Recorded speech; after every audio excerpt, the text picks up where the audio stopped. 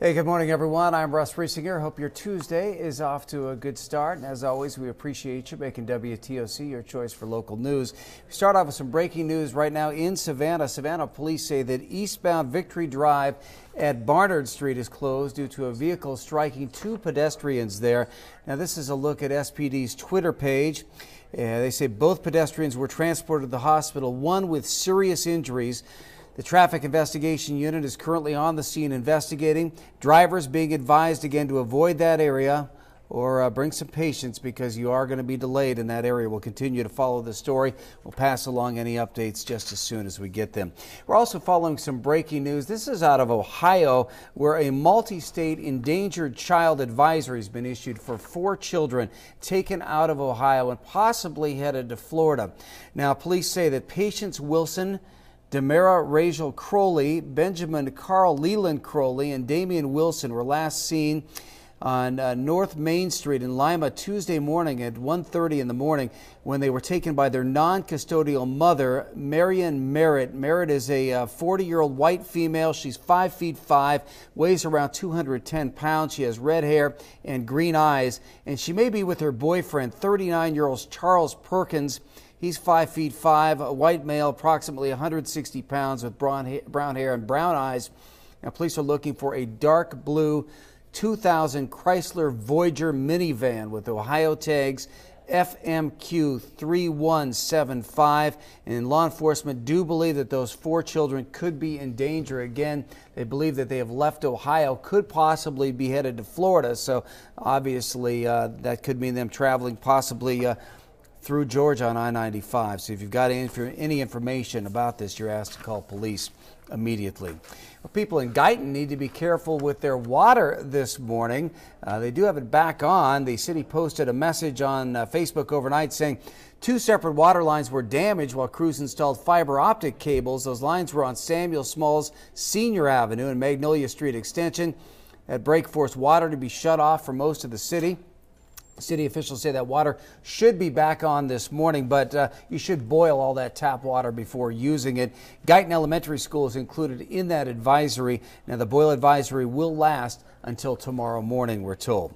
The Hampton County coroner telling us that an autopsy should be conducted today on 2 people who were killed in Gifford earlier this week. Now, firefighters were called to a house fire there on Columbia Highway yesterday.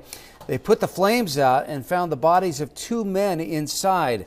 Sheriff's Office and SLED got involved. They're investigating the men's deaths as homicides and also a possible arson. We talked to the sister of one of those men who asked what kind of person could possibly do something like this.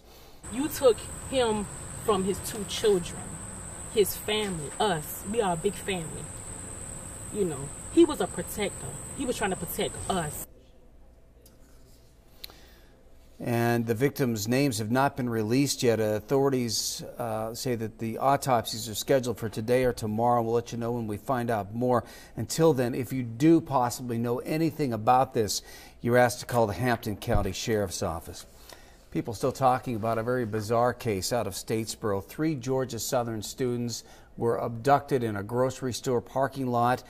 2 of them were driven to another county and sexually assaulted. Those women were held at knife point in the parking lot of Food World. That's on Fair Road, right across from the GSU campus. The GBI says that 38-year-old Bradley Justin Cochran forced himself into their car. One woman managed to escape in Statesboro and ask for help.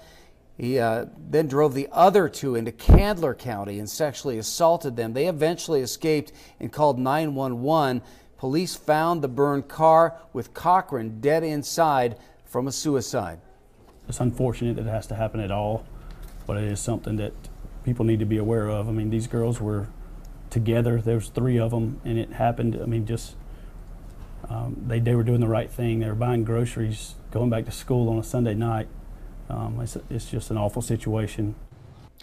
Georgia Southern says anytime a student is a victim of a crime, counseling and other resources are available through the Dean of Students office.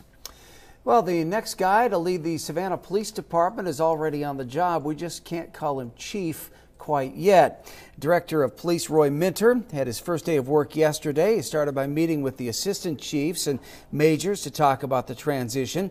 Minter's goals for the department include reducing crime and continuing to improve community relations. He will officially become chief once he's sworn in. And in Bluffton, Chief Chris Chapman will officially start his new job today. Town manager Mark Orlando swore him in as chief yesterday. Before taking the top job in Bluffton, Chapman was the assistant chief for the Hot Springs, Arkansas Police Department.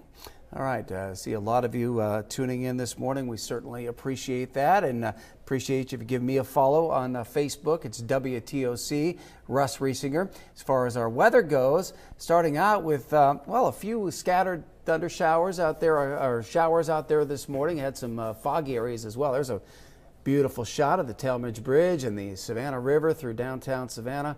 What a beautiful place we live in, huh? Cutter's going to be here. He'll fill you in on the forecast. That's coming up at 11. Until then, I'm Russ Riesinger. Hope you have a wonderful day. Thanks for tuning in, everyone.